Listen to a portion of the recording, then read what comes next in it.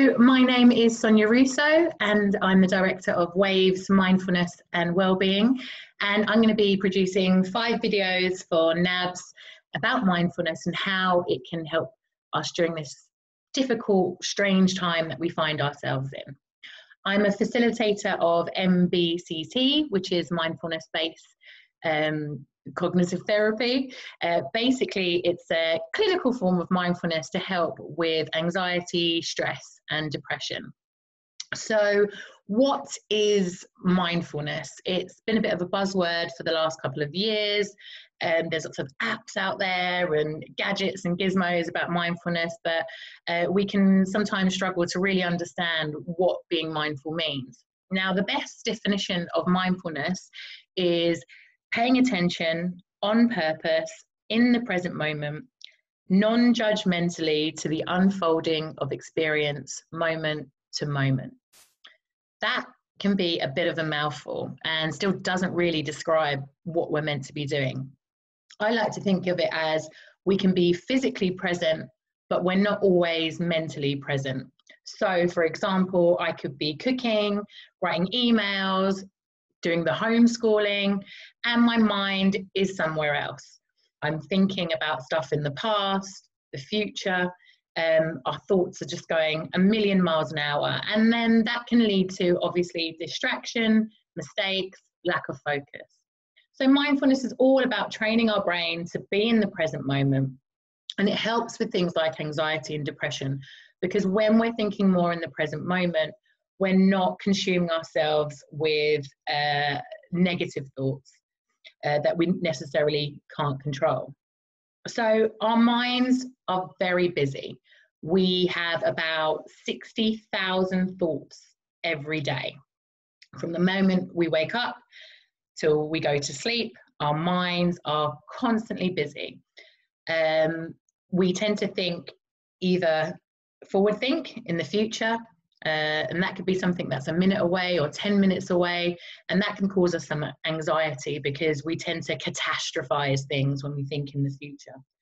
Or if we're not thinking in the future, we tend to ruminate, think in the past, and again, that can cause us to have regrets, sadness, and negative emotions.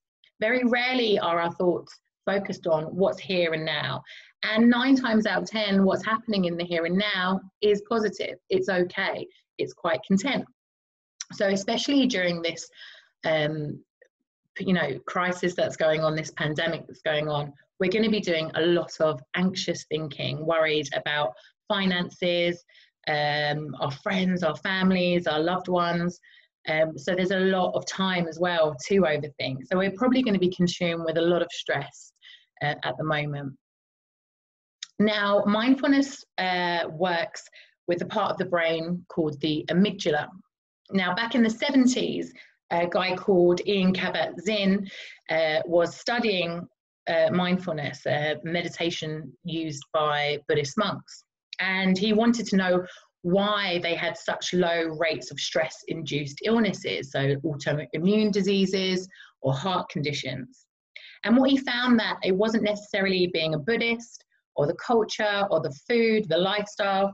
It was this element of meditation called mindfulness that was reducing stress on the body and therefore having a physical impact.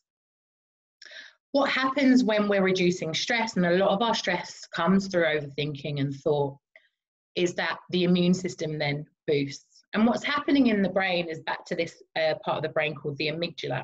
When we meditate for 20 minutes, if we were to put you in an MRI scanner, you would see the amygdala shrink.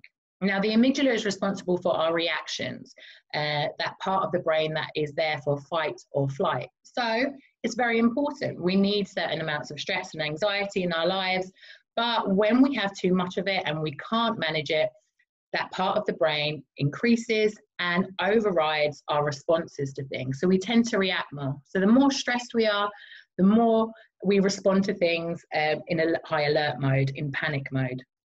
So mindfulness, when we practice it, simply reduces how we react to things, calms the mind, calms the body, and leads us to be more content in everyday life. The great thing about mindfulness is that anybody can do it. Doesn't matter what age you are, your physical health. It's been around for 2,500 years, and only now in the West are we starting to really use it to help with our mental health. We don't need any kind of subscription. You don't even need to be in a quiet room with incense being lit and candles. It's all about meditating with what is here with us and knowing that we don't have to react to it and not getting distracted. The benefits of mindfulness are untold. Firstly, as I said before, if we're reducing stress in the mind, we're reducing stress in the body. So our immune system is boosted and our physical health improves. We have, it's been founded, MBCT has been founded to reduce depression, stress and anxiety. It also helps with our sleep. We were able to switch off at night and get a good night's rest. It helps us adopt a positive mindset when we're not consuming ourselves with negativity.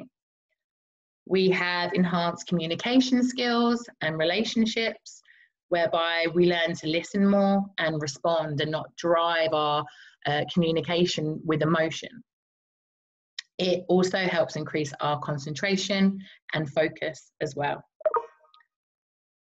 So what I want you to do for this, after you've watched this video, is to simply sit and observe your thoughts. I want you to take 5 minutes, close your eyes, and just notice the busyness of that mind.